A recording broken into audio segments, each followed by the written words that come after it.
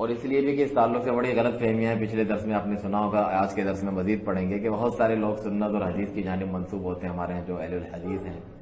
اس میں کوئی شک نہیں, وہ سلفی ہونے چاہیے سلف صالحین کے طریقے پر. فرقہ ناجیہ, نجات پانے والا جو فرقہ ہے, گمراہوں سے ہٹ کے, جو صحابہ کے طریقے پہ نہیں, جو سنت پہ نہیں, جو بدعقیدہ ہیں, ان سے یہی ہیں. لیکن اس میں بھی بہت سارے لوگ اس غلط فہمی میں مبتلا ہیں, اور جو جدید جماعت بنا کر یا ان کے بڑے ہوتے ہیں یا اکابرین ائمہ علماء وغیرہ میں سے بھی,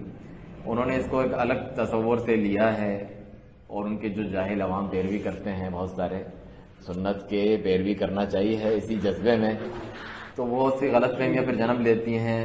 تو وہ فقہ کو ایک جو ہے معیوب اور گندی بری چیز سمجھتے ہیں, جیسے کہ وہ حدیث کے مقابلے میں ہیں, سنت کے مقابلے میں ہیں, اسے ہمیں نہیں پڑھنا چاہیے, اسے ہمیں نہیں سیکھنا چاہیے. اس سے پھر آگے بات بڑھتی جاتی ہے, اور وہ جو فقہاء کرام علماء جو بڑے بڑے گزرے, ان کی بھی بے ادبی پہ اتر آتے ہیں کہ جیسے کہ کوئی ان کی حیثیت اور وقت نہیں ہے, وہ کون ہوتے ہیں ہمیں بتانے والے, میں تو ڈائریکٹ جو ہے حدیث پہ عمل کر رہا ہوں. اس طریقے سے ان کو یہ تصور دیا جاتا ہے, حالانکہ حقیقت میں ایسا نہیں ہے. اسی غلط فہمی کو اس میں دور کیا گیا ہے کہ دونوں چیزیں لازم ملزوم ایک دوسرے کے ساتھ جڑی ہوئی ہیں. آپ کو زندہ مثال یہاں تک کہ ایسی کتابیں بنائی جاتی ہیں جہاں پر حدیث اور فقہ لکھا جاتا ہے, فقہ پر جہنم کی آگ بنائی ہوئی ہے اور حدیث پر جنت کے باغات دکھائے ہوئے ہیں. فقہ جو ہے عربی کا لفظ کا مطلب ہے سمجھ بوجھ, صحیح فہم ہونا. تو یہ اچھا برا دونوں ہو سکتا ہے, تو یہ مطلقاً یعنی فقہ ہونا ہی کوئی بری چیز تو نہیں ہے. غلط فقہ ہونا الگ بات ہے. کوئی اندھی تقلید میں تعصب کرے کسی امام کے لیے, مذہب کے لیے, کہ سنت آ گئی حدیث پھر بھی میں نہیں مانوں گا, یہ غلط چیز ہے. نبی صلی اللہ علیہ وسلم کے فرمان پر تو کسی کو ترجیح نہیں دینی چاہیے. یہی جو علماء کرام یا فقہا جن کے جانب مذاہب منسوب ہوتے ہیں, انہوں نے بھی یہی تعلیم دی, اور ان کی جو اچھے طریقے سے پیروی کرنے والے وہ بھی یہی کرتے رہے ہیں کہ جس میں کوئی اختلاف ہے, گنجائش ہے, کسی کا فقہ فہم زیادہ اچھا ہے, تو وہاں پر وہ اس کے قول کو لیتے ہیں. لیکن باقاعدہ واضح طور پہ حدیث کے خلاف ہو تو وہ بھی نہیں لیتے, چھوڑ دیتے ہیں اس چیز کو. یہی ان کے ادب احترام میں سے, ان کی تعلیم میں سے. تو کہاں جو اندھی تقلید, مذہبی تعصب کو ساتھ مکس اپ کر کے جوڑ کے اصل فقہ کے ہی جو یہ لوگ خلاف ہو گئے. اسی طرح دوسرے جو متعصب ہیں وہ بھی غلط ہیں کہ وہ فقہ اور رائے پر ہی بات کرتے ہیں اور حدیث کی پرواہ نہیں کرتے, جن کی وجہ سے پھر بہتوں کو موقع ملتا ہے وہ پھر اپنی کم علمی میں فقہ کے خلاف بات کرنے لگتے ہیں. تو یہ دونوں چیزیں افراد تفریط میں ہیں, نہیں ہونی چاہیے. اور ہم جو ہے انشاءاللہ اعتدال پر مبنی جو کتاب و سنت اور سلف صالحین کا طریقہ ہے وہ یہاں پر بیان کرتے ہیں. تو یہ جو ایک درس ہے الفرق بین کتب الفقہ و کتب الحدیث, یہ شیخ صالح الشیخ جو بڑے علماء کرام میں سے سعودی عرب کے, ان کا یہ درس ہے جس کو ہم نے تقریباً آدھا پڑھا تھا یا اس سے بھی کم. جہاں تک بات شروع ہوئی تھی اور کچھ فرق ہم نے بتائے تھے, آگے ان فرق کو لے کر چلتے ہیں. اس کی زندہ مثال آپ یہ دیکھیں کہ ابھی جو ہم نے اس سے پہلے کتاب پڑھی تھی وہ کیا تھی. شیخ محمد بن عبد الوہاب کی کتاب تھی نماز کی شرائط کے تعلق سے, وضو کی شرائط اور کن چیزوں سے وضو ٹوٹتا ہے, یہ نماز جو ہے انسان کی ٹوٹتی ہے, اس کی شرائط کیا ہیں, اس کے واجبات کیا ہیں, اور اس کی جو سنتیں کیا ہیں, یہ چیزیں پڑھی تھی. تو وہ کوئی حدیث کی کتاب تو نہیں تھی, اس میں بس شیخ نے سیدھا لکھ دیا تھا یہ 8 اس کی شرائط ہیں, 16 اس کے اس طرح ہیں, نواقض اس کے یہ ہیں. لیکن آپ نے پوری کتاب میں یا اس کی تشریح جو شیخ ابن باز جو مفتی اعظم سعودی عرب تھے, آپ نے سنی, پورے کتنے مہینے ہم نے اس کو پڑھا. اس میں آپ نے محسوس کیا کہ وہ قرآن و سنت نہیں بیان کر رہے, اس میں قرآن و سنت کے خلاف بات کر رہے ہیں, کوئی الگ چیزیں نہیں. اسی کا فقہ آسانی کے لیے پوائنٹ وائز جو ہے نقطے بنا کر آپ کو پیش کیا اور اس کے دلائل آپ کو دیتے رہے. تو یہ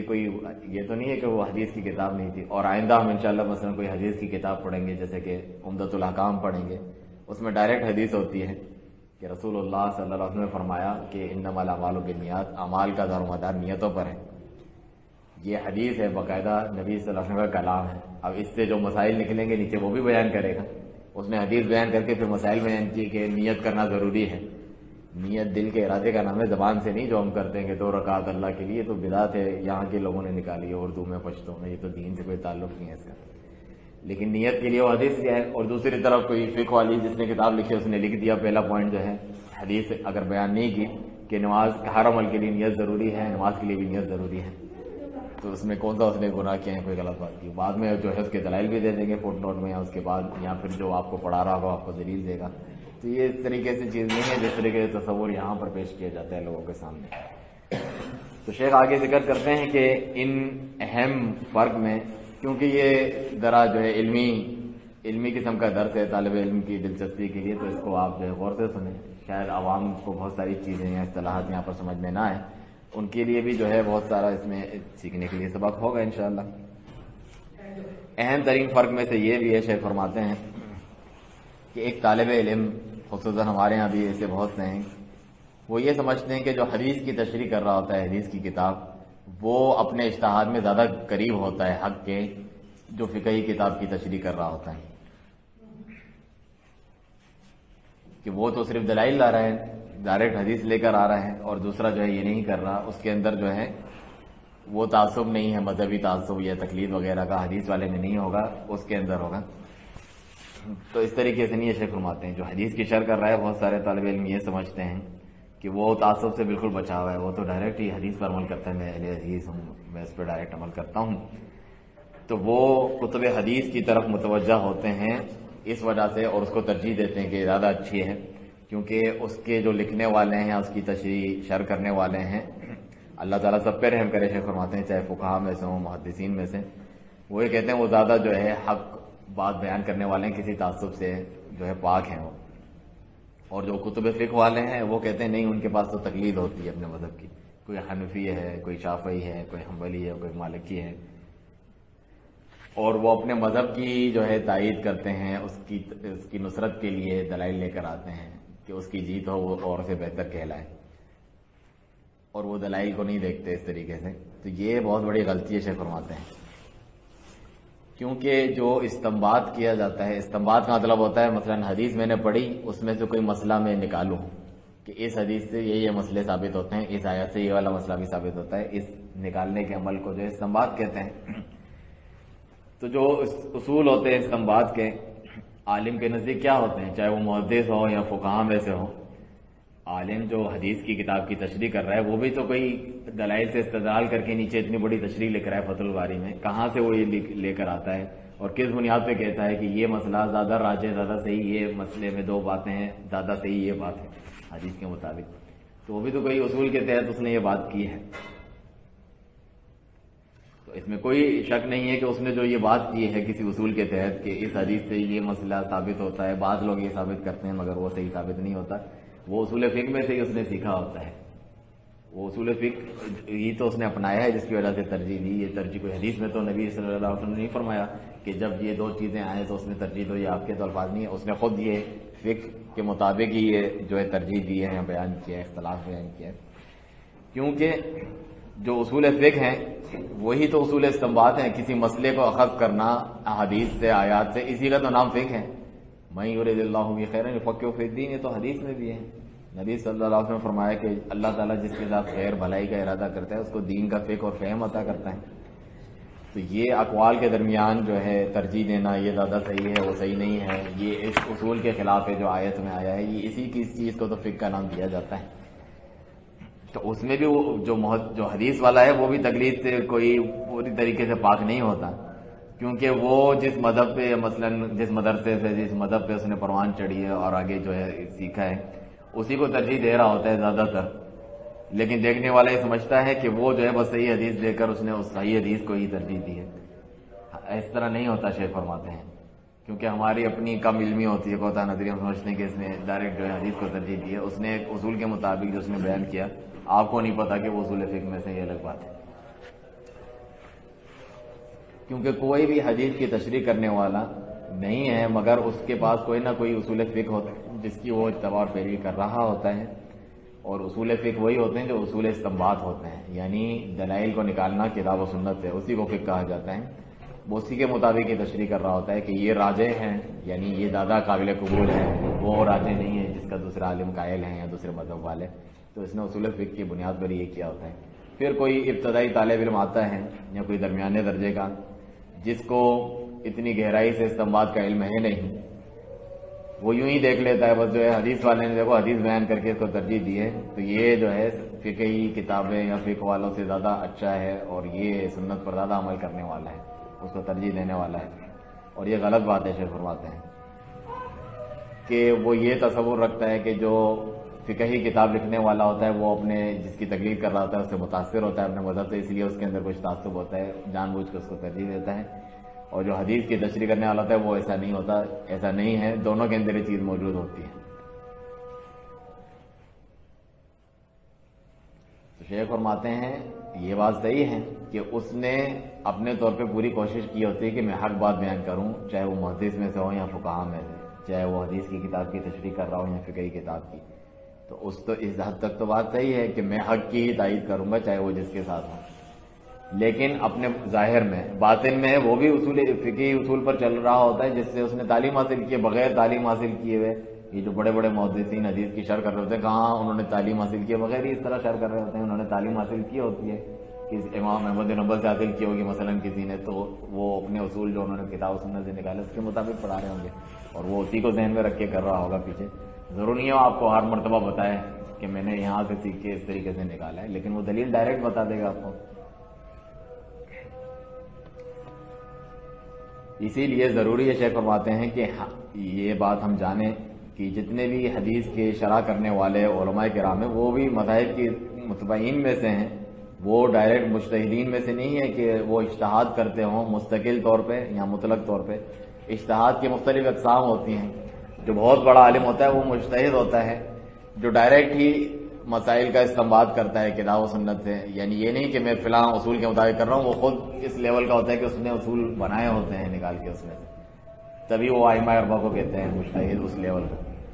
تو وہ اس لیول کے نہیں ہوتے، بھلے آپ ان کا علم دیکھ کے حیران ہو جائیں، فتح الباری پڑھ کے کتنی زیادہ ان کا علم ہے، انہوں نے انہی کے مسائل لا کے جمع کیے ہوتے ہیں مختلف جگہ سے۔ اسی لیے جو مجتہد ہوتا ہے مطلق یا مستقل جو ہوتا ہے، ان دونوں کی تعریف اور ان کے ناموں میں کچھ فرق ایسے فرماتے ہیں جس کا یہ موقع نہیں بتانے کا، تو وہ بھی جو ہے رجوع کرتا ہے اصول فقہ کی طرف جس کے مطابق وہ اجتہاد کرتا ہے۔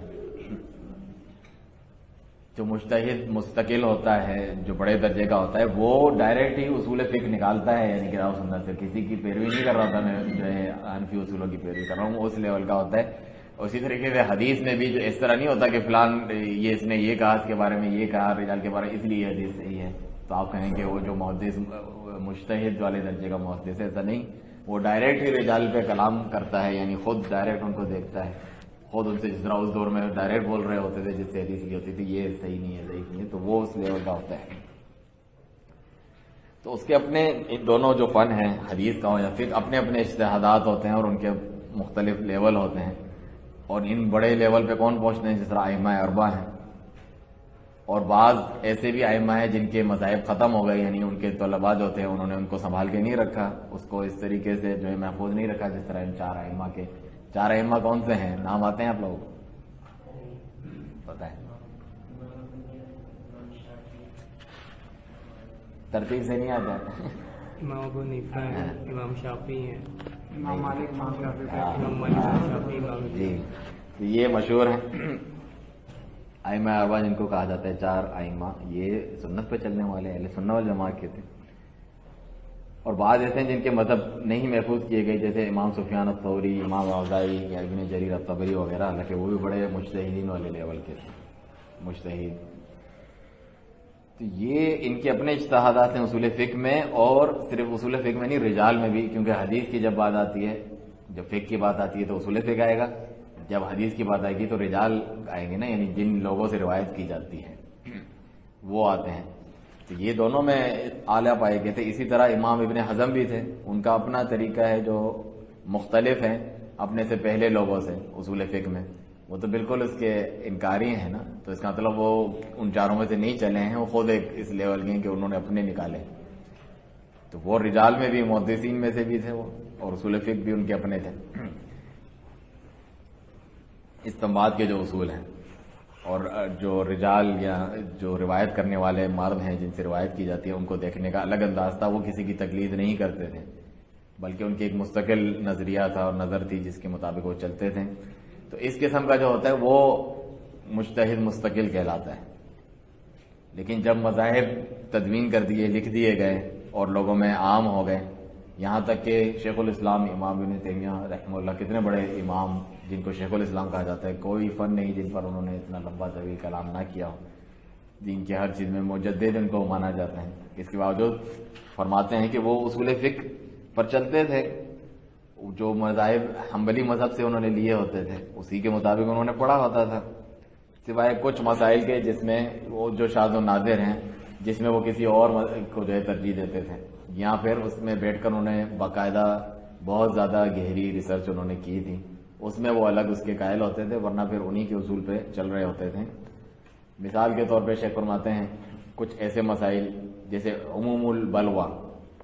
یہ ایک مسئلہ ہوتا ہے فقہی اعتبار سے۔ عموم البلوا کا مطلب ہوتا ہے کہ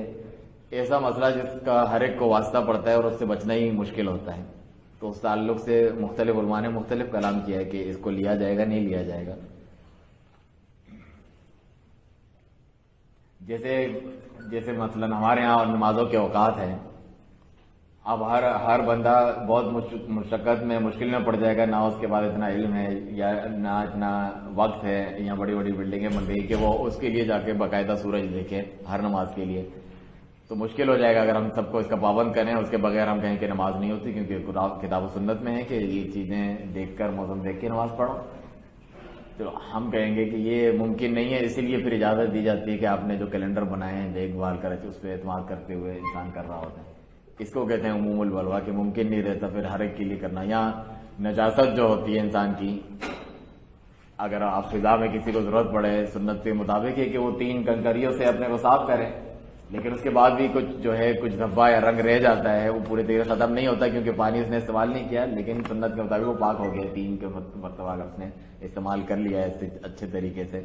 تو یہ ایک ایسی چیز ہے جس سے کوئی بھی نہیں بچ سک رہا، شاذ و نادر ہی کوئی بچے اس چیز سے، تو اس کو عموم البلوا کہتے ہیں۔ تو اس میں کیا دین میں رخصت ہے، چھوٹ دے دی گئی ہے نہیں دے دی گئی ہے؟ یعنی اتنی چھوٹی موٹی چیز معاف ہے، قبلہ رخ جو ہے بالکل معلوم نہ ہو، تھوڑا سا ادھر ادھر ہو تو اتنا معاف ہے، کیونکہ ہر ایک کے لیے بالکل ایکوریٹ کرنا ممکن نہیں، اس کو کہتے ہیں عموم البلوا۔ تو اس کی ایک مثال دی کہ اس میں وہ حنبلی فقہ کے قائل نہیں ہیں، جس میں تحقیق کی ہے انہوں نے بعض ایسے مسائل ہیں جس میں اصول حنابلہ ہیں اس کی مخالفت کی ہے، اس کے مطابق نہیں چلیں۔ لیکن اگر آپ ان کی جو کتاب ہے المسودہ، ان کی یعنی مسودہ آل تیمیہ، ان کے والد کی جو ہے، ان کے والد اور ان کے جو دادا ہے وہ بھی بڑے علماء میں سے تھے حنابلہ کے، فقہ میں ان کی کتاب ہے، تو آپ دیکھیں گے کہ امام ابن تیمیہ جو ہیں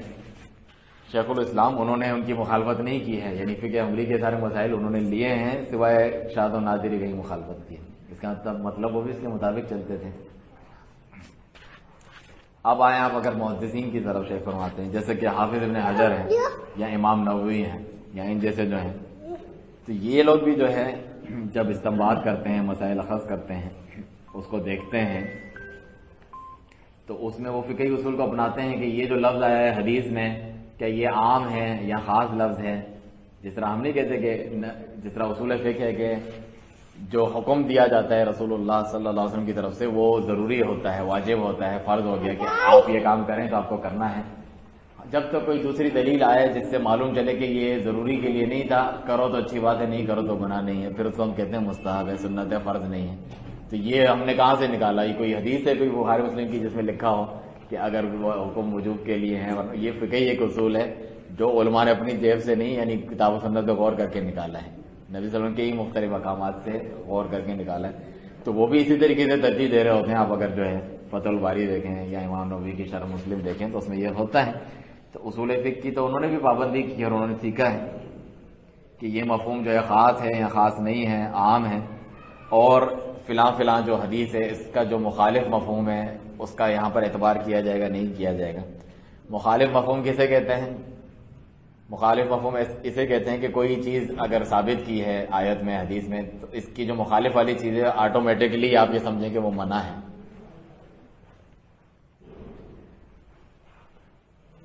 جیسے وَلَا تَقْرَبُوا الصَّلَاةَ وَأَنْتُمْ سُكَارَىٰ، نماز کے قریب نہ جاؤ جب تم نشے کی حالت میں نہ ہو، اس آیت میں یہ ہے ذکر۔ تو مخالف مفہوم کیا ہے؟ جب نشے میں نہیں ہو، تم نارمل حالت میں ہو تو نماز پڑھو، حالانکہ اس آیت میں نہیں لکھا ہو، خود ہم نے سمجھ لیا کہ یہی بات ہے نا کہ جب نشے میں نہ ہو تو ہم نماز پڑھا کریں، جب نشے میں ہو تو نماز نہ پڑھا کریں۔ اس طریقے سے یہاں جو ابھی میں نے آپ کو حدیث بتائی کہ اللہ تعالیٰ جس سے خیر کا ارادہ کرتا ہے دین کی سمجھ دیتا ہے، اس کا مخالف مفہوم کیا ہوگا جو حدیث میں لکھا ہوا نہیں ہے لیکن سمجھ جانا چاہیے کہ جس کے خیر بھلائی کا ارادہ نہیں اس کو دین کی سمجھ نہیں دیتا،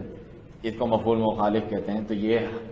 ہر آیت یا حدیث میں اپلائی نہیں ہوتا، کس پہ ہوتا ہے کس پہ نہیں، تو یہ فقہی اصول سے سیکھتے ہیں اور اسی مطابق جو ہے کہ امام حافظ بن حجر اور نووی ہوں ترجیح دیتے ہیں۔ تو طالب علم جو یہ چیز دیکھتا ہے، ایسا طالب علم جو کوتا نظر ہے، جس کو اہل علم کی کتاب میں کوئی اس کی خاص پارٹیسپیشن شراکت نہیں ہے، نہ اصول وغیرہ وہ جانتا ہے، تو وہ یہ سمجھتا ہے کہ جو حدیث کی تشریح کرنے والا ہے وہ فقیہ سے زیادہ اس کی باتیں زیادہ صحیح ہیں، زیادہ راجح ہیں۔ کیوں؟ کیونکہ یہ تو حدیث رسول صلی اللہ علیہ وسلم کی تشریح کر رہا ہے ڈائریکٹ، اور وہ سنت پر اعتماد کرتا ہے، اور وہ جو ہے اپنے مذہب کی کتاب جو کسی نے لکھی ہے اس کے اوپر اعتماد کرتا ہے۔ حالانکہ شیخ فرماتے ہیں معاملہ ایسا نہیں ہے۔ یہ بہت اہم مسئلہ ہے، اس کو دور کرنا بہت ضروری ہے۔ یہاں کے اہل چیزوں نے خصوصاً جو ہے اس قسم کی چیزیں بہت پھیلایا ہے، اور اس کا سبب کیا ہے؟ متعصب جو مقلدین ہوتے ہیں، نہ وہ صحیح نمائندگی کر رہے ہوتے ہیں ان کی، نہ یہ صحیح نمائندگی کر رہے ہوتے۔ تو ہم تو صحیح سلفی منہج پہ چلیں گے جو اہل علم سے ہم نے سیکھا ہے، اور ہم بیان کریں گے، ضروری ہے۔ کیونکہ شیخ فرماتے ہیں چاہے یہ ہو یا وہ ہو، یعنی حدیث والے ہوں یا فقہ والے ہوں، یہ مسائل اخذ کرنے استنباط کرنے میں سب میں جو ہے اصول فقہ کے ہر کوئی پابند ہوتا ہے جو اس نے وہ پڑھے ہوتے ہیں کہ وہ کس مذہب کے اصول پہ اس نے سیکھا ہوتا ہے، اسی کے مطابق وہ اپلائی کر کے جو ہے ترجیح دیتا ہے۔ تمہیں کہاں سے یہ الگا ہوا ہے کہ اس حدیث کو اس پہ ترجیح دی جائے گی؟ اسی سے تم نے سیکھا ہے۔ چنانچہ امام نووی ہوں یا حافظ ابن حجر ہوں رحمہم اللہ، وہ مسائل اخذ کرنے استنباط کرنے میں اکثر مسائل میں، یہاں سارے ہی مسائل میں کن کے تابع ہیں؟ شوافع کے، شافعی مذہب کے۔ اور کوئی دیکھنے والا آئے اور وہ کہے کہ امام نووی نے اس چیز کو ترجیح دی ہے حدیث کے مطابق، اور دوسری طرف جو ہے ابن قدامہ جو ہیں وہ حنبلی فقہ کی کتاب ہے ان کی مشہور، اور انہوں نے جو ہے اپنی کتاب میں فلاں فلاں کو ترجیح دی ہے، وہ تو صرف فقہ پہ چل رہے ہیں، تقلید پہ۔ یا پھر حنفیوں کی کوئی کتاب دیکھیں یا اس کے علاوہ اور کہے کہ یہ تو صرف اپنے مذہب کو ترجیح دے رہا ہے بلا وجہ، کیونکہ کس وجہ سے وہ سمجھ رہا ہے کہ اپنے مذہب کو ترجیح دے رہا ہے، اور وہ حدیث کو کیونکہ اس نے غلطی یہ دیکھ لیا کہ اس نے فقہی کتاب میں یہ بات کی ہے بس، اور اس نے حدیث والی کتاب کی تشریح میں یہ بات کی ہے، حالانکہ دونوں نے وہ چیز استعمال کی ہے۔ اور یہ سمجھنا کہ جو حدیث والا ہے وہ ایک خاص جو اس کا نظریہ ہے مذہب ہے اس کو ترجیح نہیں دے رہا، جیسا کہ کوئی صحیح مسلم کی شرح امام نووی کی ہے، بخاری کی، حافظ ابن حجر کی، تو یہ وہ لوگ کہتے ہیں جن کو نہیں معلوم کتب فقہ کی اہمیت یا کتب حدیث کی ان میں فرق، ان میں کیا علوم ذکر کیے گئے ان کو نہیں معلوم، تو وہ یہی سمجھتے رہیں گے کیونکہ ان کی اپنی کم علمی ہے جس کی وجہ سے وہ یہ بات سمجھتے ہیں، حالانکہ ایسا نہیں ہے، دونوں کے اندر یہ چیزیں پائی جاتی ہیں۔ بہت سارے مسائل شیخ فرماتے ہیں طالب علم ان کی طرف آتا ہے اور اقوال نقل کرتا ہے کہ حافظ ابن حجر نے یہ کہا، امام نووی نے یہ کہا، یہاں تک کہ ایک جو مسئلہ ہوتا ہے اس مسئلے کی پوری شکل اور صورت آپ کے ذہن میں آتی ہے، اس کو کہتے ہیں صورت المسئلہ۔ ایک طالب علم کو ایک حدیث پڑھ کے کوئی چیز سمجھ میں آتی ہے، آپ دیکھیں بخاری مسلم میں بھی تو انہوں نے باب باندھے ہوتے ہیں، امام بخاری نے پہلے ایک باب باندھا ہوتا ہے، یعنی چیپٹر کا یہ نام ہے، باب کا یہ نام ہے، اس کے تحت حدیث ہے، تو آپ چیپٹر کے نام کیوں دے رہے ہیں؟ آپ ہمیں یہ سوچنے میں مجبور کر رہے ہیں کہ اس سے مسئلہ ہم نکالیں یا نکلتا ہے، میرے نزدیک ہی نکلتا ہے، بعض دوسروں کے نزدیک نہیں نکلتا ہے۔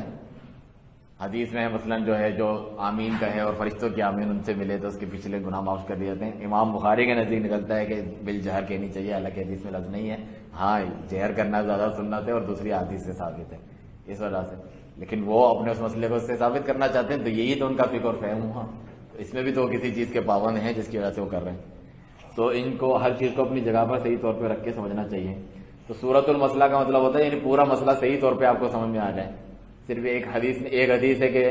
پانی جو ہے ناپاک نہیں ہوتا، پانی پاک ہے ناپاک نہیں ہوتا، آپ نے یہی پڑھی اور بس آپ شروع ہو گئے، حالانکہ پورا مسئلہ تصور فقہی کتاب میں ہوگا کہ پانی کی دو قسمیں ہیں، اس چیزوں سے جو ہے وہ ناپاک ہو جاتا ہے، اس چیزوں سے نہیں ہو جاتا، تیسری قسم یہ ہے، وہ پورا مسئلہ ایک ساتھ ہی مختلف جملوں میں بتا دیا، پھر اس کے دلائل مختلف آئیں گے اور آپ بحث کریں گے اس پہ، اس کو کہتے ہیں تصور مسئلہ۔ تو وہ جو ہے سمجھتے ہیں کہ جو مسئلے کا اصلی تصور ہے اس کی کیا نوعیت ہے، اس میں اختلاف کہاں کہاں ہوا ہے، مختلف علماء کا اختلاف کی نوعیت کیا ہے، بہت زیادہ ہے، کم اختلاف ہے، تو وہ جب کوئی طالب علم آتا ہے اور دیکھتا ہے کہ حدیث کی تشریح کرنے والوں نے یہ بات ذکر کی ہے اور اتنی لمبی تفصیل بیان کی ہے، تو وہ جو ہے کسی مذہب کی پیروی نہیں کر رہے، کوئی اصول فقہ میں نہیں چلے ہوئے، یوں ہی انہوں نے اتنے بات اپنی طرف سے ان کے ذہن میں آئی، اتنا ان کو علم تھا انہوں نے لکھ دیا، ایسا نہیں ہے، بلکہ آپ دیکھیں کہ اگر مثلا اس کتاب کو روک کے صحیح مسلم کی تشریح میں آپ دیکھیں اور جو ہے صحیح بخاری کی آپ تشریح کھولیں اور پھر فقہ کی کتاب اٹھا کے دیکھیں تو انہوں نے وہیں سے نقل کیا ہوتا ہے. ابھی بھی آپ دیکھ لیں جو حدیث کی تشریح والی کتابیں ہیں اس میں امام فلانے نے یہ کہا، امام فلانے نے یہ کہا، امام شافعی اس کے قائل ہیں. تو یہ کہاں سے لے کر ہے؟ انہی کی کتابوں سے نا جو فقہ والی لکھی ہے. تو پھر کیسے کہا کہ وہ اس سے بے نیاز ہیں اور یہ اس سے بے نیاز ہیں؟ ایسا نہیں ہے، وہ وہیں سے تو لے کر آئے ہوتے ہیں. وجہ کیا ہوتا ہے؟ یعنی یہ جو آپ دیکھ رہے ہیں کہ شافعی جو علماء ہیں انہوں نے کیوں زیادہ حدیث کی تشریح کی ہوئی ہے؟ اس لیے کیونکہ جو امام شافعی خود بھی بہت بڑے محدث تھے اور جو شافعی ان کے تربیت پانے والے طلباء تھے انہوں نے حدیث کی جو کتابیں ان کی زیادہ خدمت کی ہے، اس پہ زیادہ کام کیا ہے، اسی لیے آپ کو زیادہ ان کی چیزیں ملتی ہیں. اسی لیے جو محدثین کی ترجیحات ہوتی ہیں، جو متاخرین ہیں بعد والے، وہ دیکھتا ہے یعنی جو کتب حدیث ہیں ان میں آپ دیکھیں کہ شوافع نے زیادہ خدمت کی ہے اور انہی کی چیزوں کو ترجیحات دے رہے ہوتے ہیں کیونکہ حدیث کے مطابق ہو رہی ہوتی ہیں. آپ مشہور اختلاف نہیں ہوتا حنفی شافعی ہر چیز میں لکھا ہوتا ہے کیونکہ انہوں نے زیادہ خدمت کی ہے اور ان کو زیادہ حدیث کا علم بھی تھا. کتب حدیث کی دوسروں سے بڑھ کر انہوں نے کی ہے.